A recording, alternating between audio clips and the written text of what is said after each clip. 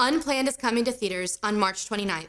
I'm Rachel Crawford with Equal Rights Institute, and today I'm going to tell you why this is a film you don't want to miss.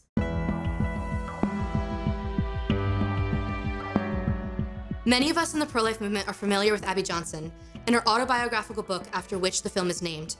This on-screen adaptation gives us a deeper look into Abby's real-life story. Last summer, I was invited to visit the set of Unplanned during the time of filming, and was given the opportunity to speak with the director, actors, and producers about the process they were going through to tell Abby's story. They told me they were committed to staying true to the story of her life and show what her time at Planned Parenthood was really like, taking care to not over-dramatize it for the film. I think this is extremely important because honestly, her conversion was dramatic enough that they didn't need to exaggerate it on screen. Abby was on set during my visit, and she spoke about how heavily she was involved in the filmmaking process because they really did want to capture her day-to-day life at the clinic and her conversion to the pro-life position. When I later saw the film for the first time, I appreciated how they brought her story to life on screen and didn't shy away from the ugly parts of what happened. And while this is an emotionally difficult movie to watch, I still genuinely enjoyed it. I thought the main actress, Ashley Bratcher, did an amazing job of capturing Abby's spirit and helping the audience to connect with her in her most painful moments. Her performance really sets this film above others of its genre. At times, the movie had a little bit of that made-for-TV movie feel, but there are some very strong moments that certainly make it worth watching.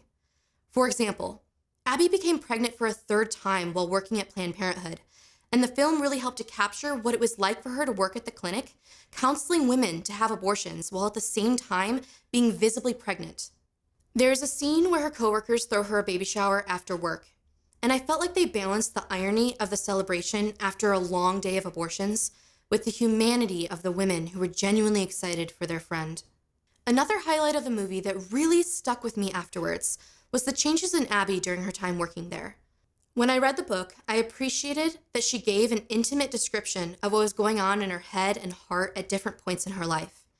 Abby included the narrative text along asides for her inner monologue, and I was worried that the film adaptation would lose that valuable insight. However, I feel like they captured her inner turmoil very well through dialogue she had with her husband, family, and pro-life advocates at the fence.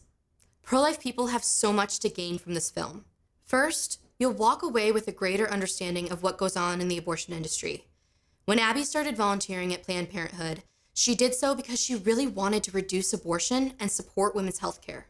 She began as a volunteer clinic escort, but eventually worked her way up to becoming the director of 2 Planned Parenthood facilities. She counseled women for abortion and ran the operations of both clinics. As she progressed up the ladder and learned more about the corporate plans of the organization, she noticed an increased push in the business plan for abortion services, including abortion quotas to hit, while family planning services remained the same. In Abby's heart, there was a deep desire to help women and reduce the demand for abortion through birth control services and education. But when she spoke up during a corporate meeting, she was told she needed to get her priorities straight, that abortion was where the priorities needed to be because that's where the revenue is. This film will also give you a greater understanding of the abortion experience. While not all women's abortions are the same, often the most painful and difficult experiences are not shown or talked about, and this film legitimizes the voices of those women. It depicts what Abby's 2 abortions were like for her. It also shows some of the abortion experiences of the women she counseled while at Planned Parenthood. This film takes abortion from being an abstract idea and puts it in a concrete situation. The reality of abortion is not pretty, but it is important to understand. Unplanned does more than help us see the reality of abortion and the abortion industry. We also gain insight into the hearts and minds of abortion workers. Pro-life people sometimes struggle to understand how someone could end up working at an abortion clinic. But this film beautifully humanizes them, both in Abby and her colleagues. The pro-life sidewalk counselors at the Planned Parenthood clinic reached out to Abby with love for her. It wasn't just about saving babies to them, and it shouldn't just be about that for us. We should be there for those who want to be free from this industry. We can offer them love, support, and resources. Thanks to Abby Johnson's ministry, and then there were none, there is hope and an abundance of resources for abortion workers. You can go to abortionworker.com to find out more information about what the organization offers. I hope you will go see the film, and if you've already seen it, please share your thoughts in the comment section below. What did you like about it? What did you not like? I would love to hear from you.